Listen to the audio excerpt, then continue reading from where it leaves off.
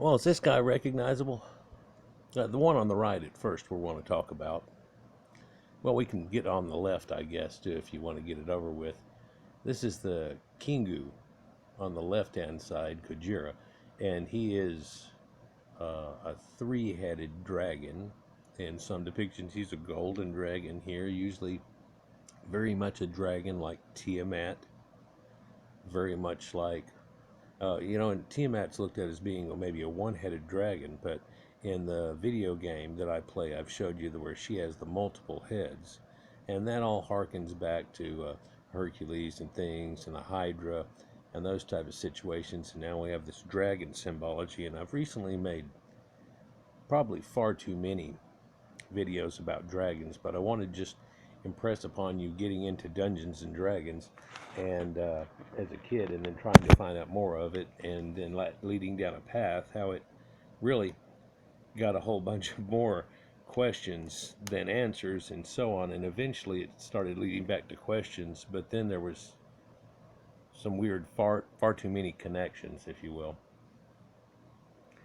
So this Godzilla, just in his name itself, it comes from a name Gojira, and he's a type of kaiju, if you know what I'm talking about. Kaijus are like a gigantic creature.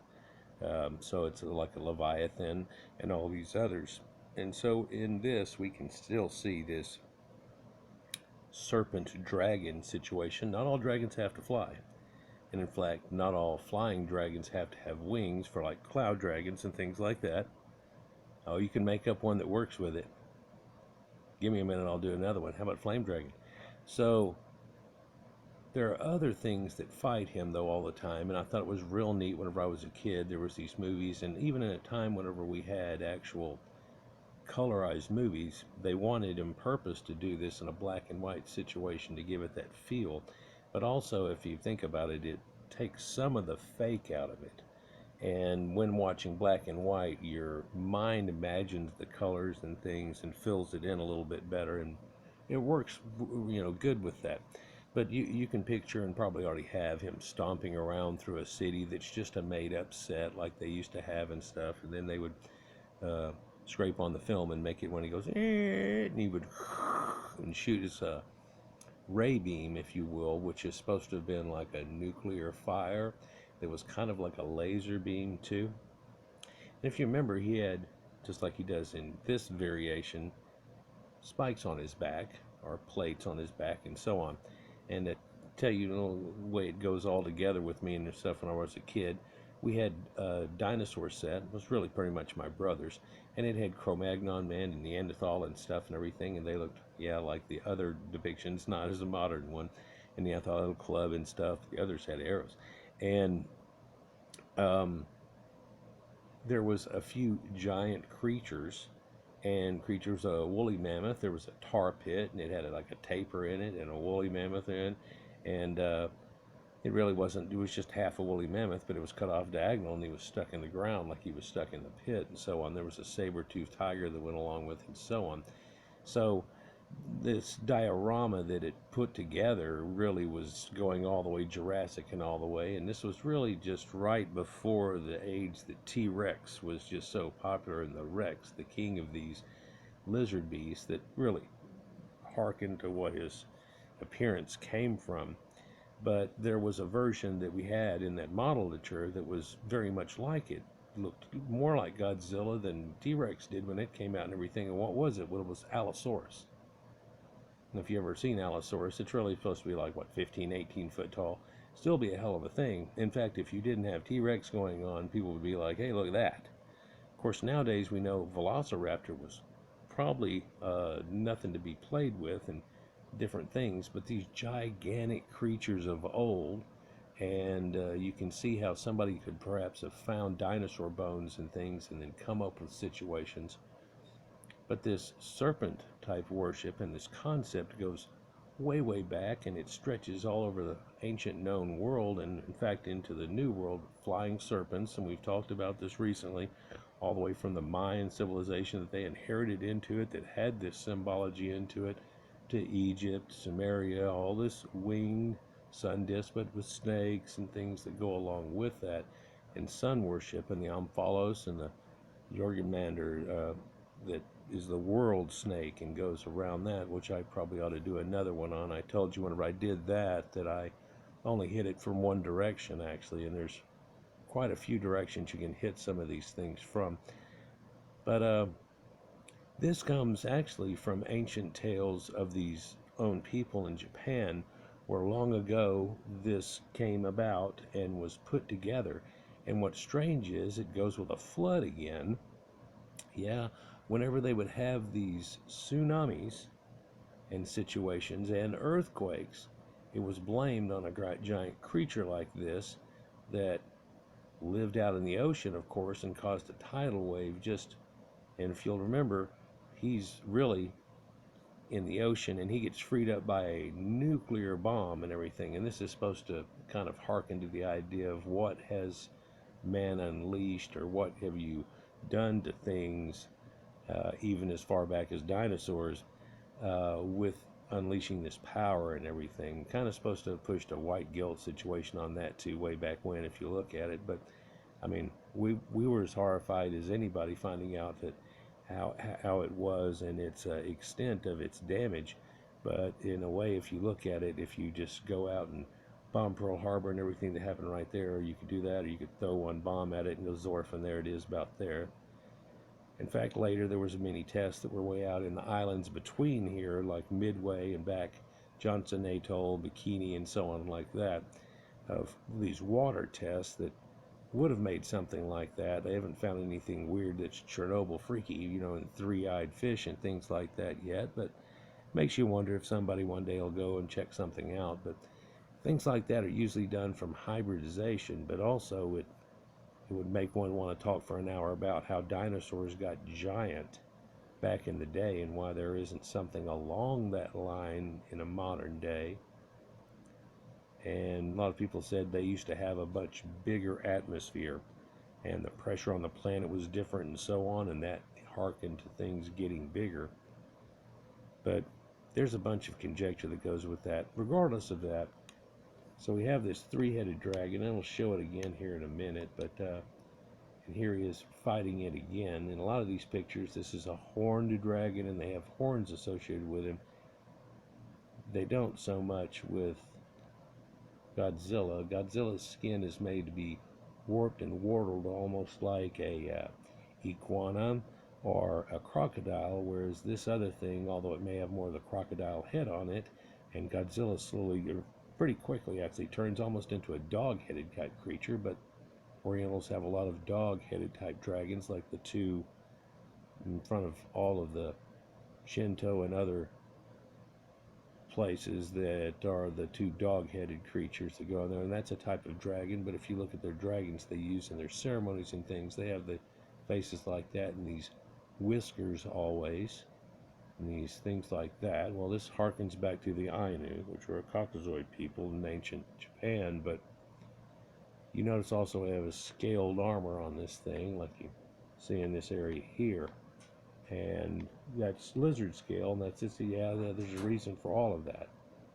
And it's the armor of an ancient creature, and people using things like traits like, mantis style and things like, well, think of it along those lines. But as far as armor, now we have dragon scale armor, and it always takes dragon scale armor to fend off a dragon, because your armor was probably quite substandard, especially at your first meeting with these people. But then again, it wasn't always about war. In fact, if you look at these Godzilla movies, after just a few of them, things go bad and they ramped it up too much. The next thing you know, there are other creatures, if you remember, that are coming to mess with the world, and he's the one that we unleash to save everything. So again, the nuclear bomb gets its yin and yang of things, if you will. Right?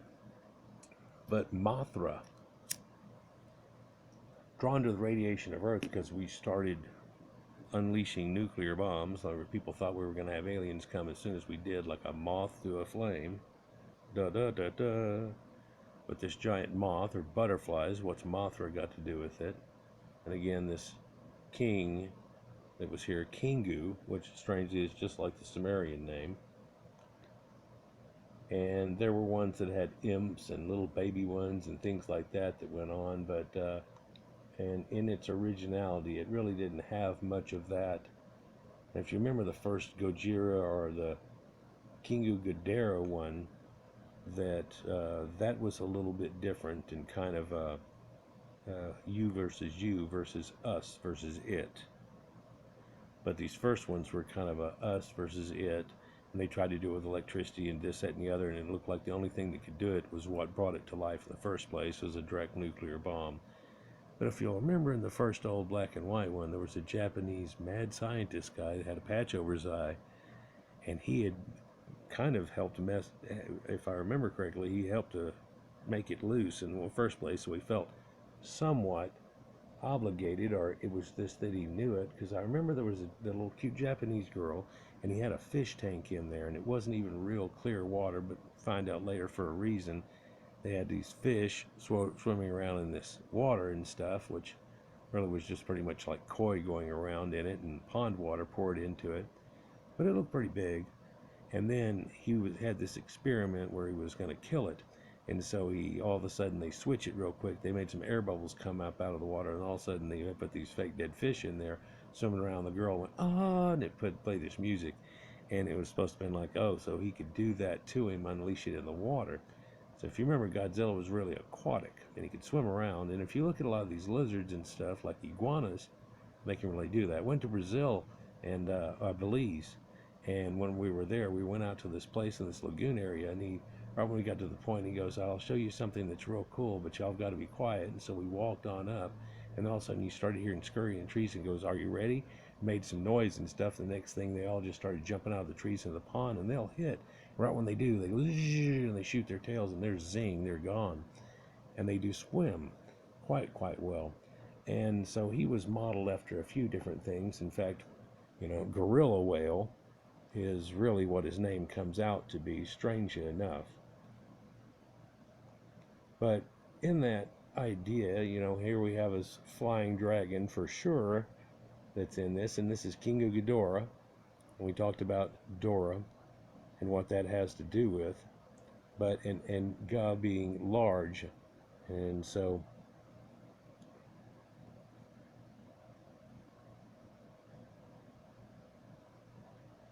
looking at this, you can get the idea of how it makes connections and stuff, and they even have this in their early movies.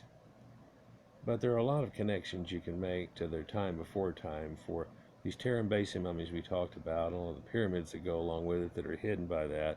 Up in the China area, very much a little north of this type concept, was well over 1,000 years before they even really were a warring people that the Qin ended up coming out of, and so on, right?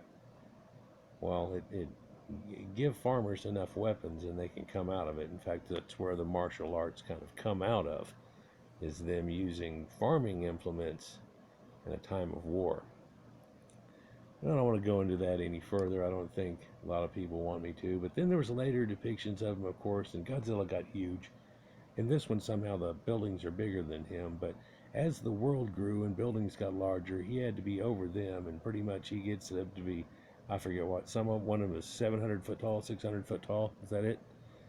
But here we see the Kingu Ghidorah, and it is a multi-headed dragon, but it has different purposes, and it's got this mechanical type thing going on, and how industry becomes a dragon.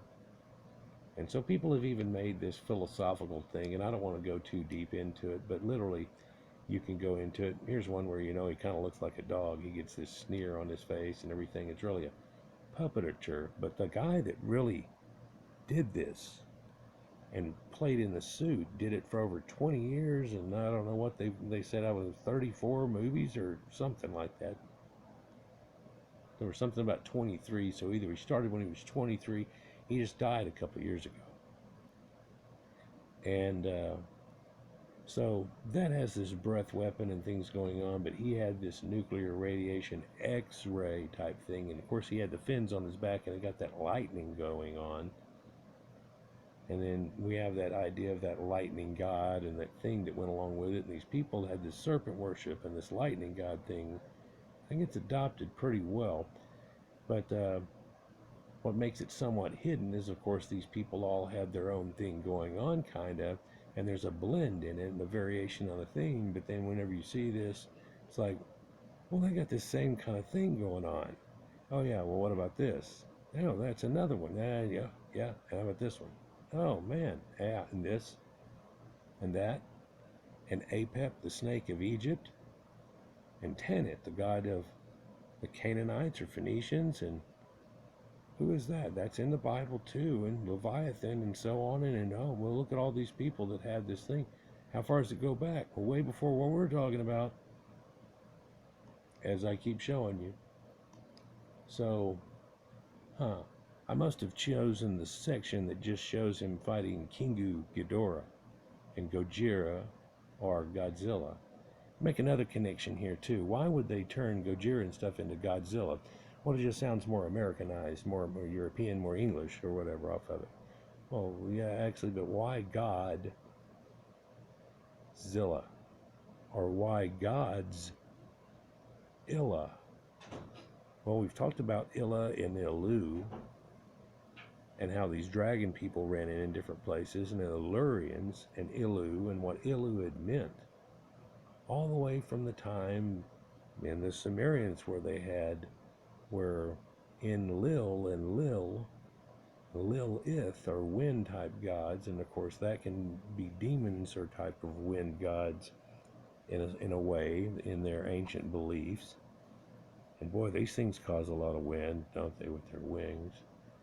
Well, a lot of times they can just blow and make an incredible thing happen, but a lot of these are attributed to natural happenings, though. Earthquakes, tsunamis, as I said, and things like that.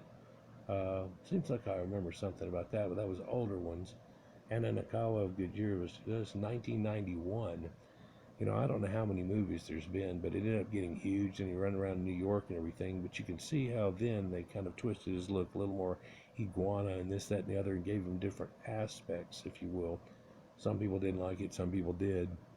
Some people thought it was they had gone much too far, and other people say, well, you didn't go far enough, and everything else. Well, the original ones were, kind of straightforward. Here he is about to fight it, and the Mechanicons, and these people, and him in his suit, and this city that's going on, and yeah, they actually set fire to parts of it. Other parts is actually them doing dubbing over it, where the camera stays in the same place, and now they're gone, but there's fire in there. And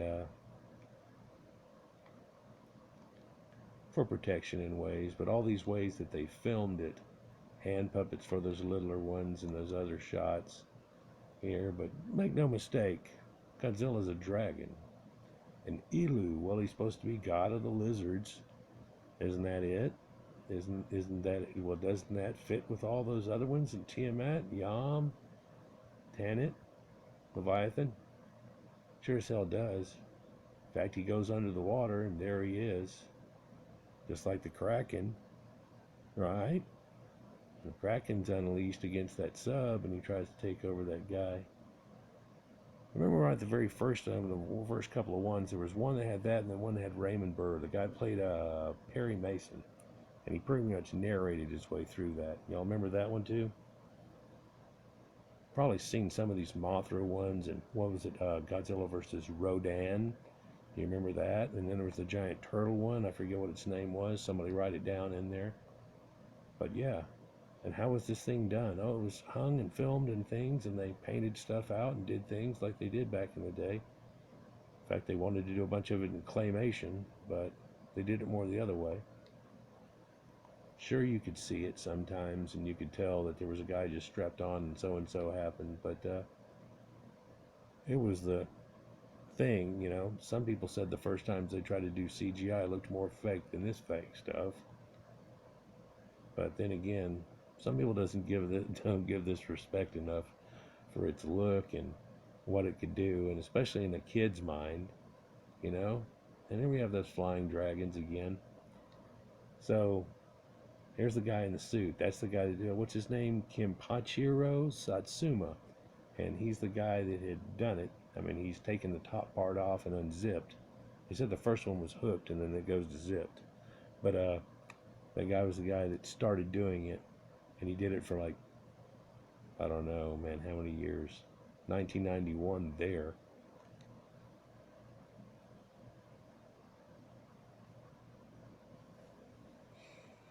Anyhow, so there's connections. That's the Compuro guy too. Here's that laser beam or radiation, but then that can't really hurt this guy and they had to use special ways to do things, and there's stuff that goes along with that goes with folklore, and that folklore goes with things that had happened in ancient times. Oh, look at that cool shot, and that kid's able to go up and go, oh look, Godzilla, I'm gonna touch him, I'm gonna touch him. But the head that size wasn't nowhere big as this other one. There he is versus a few of the different creatures. Yeah, different movie posters from the Orient. So I think theirs was the best because it started it all off, but it also had that aura and that stuff about, the ending of World War II and so on. But hey, should have never started with Pearl Harbor and tried to catch us off guard when we were in it already with the other guys. Especially when we had something that had the power of Godzilla over a city. It's amazing how quickly they rebuilt that and got it going, though. Isn't it? It's all these old movie posters. Gojira. Variations on a theme of his name. There's Mothra right there. Godzilla versus Mothra. Anyhow, just some memory lane a little bit and bringing it together with dragons and ancient worship and where that came from. One time maybe I'll do a video about 3 and 4 clawed dragons and how that all works together in the Pearl. Peace.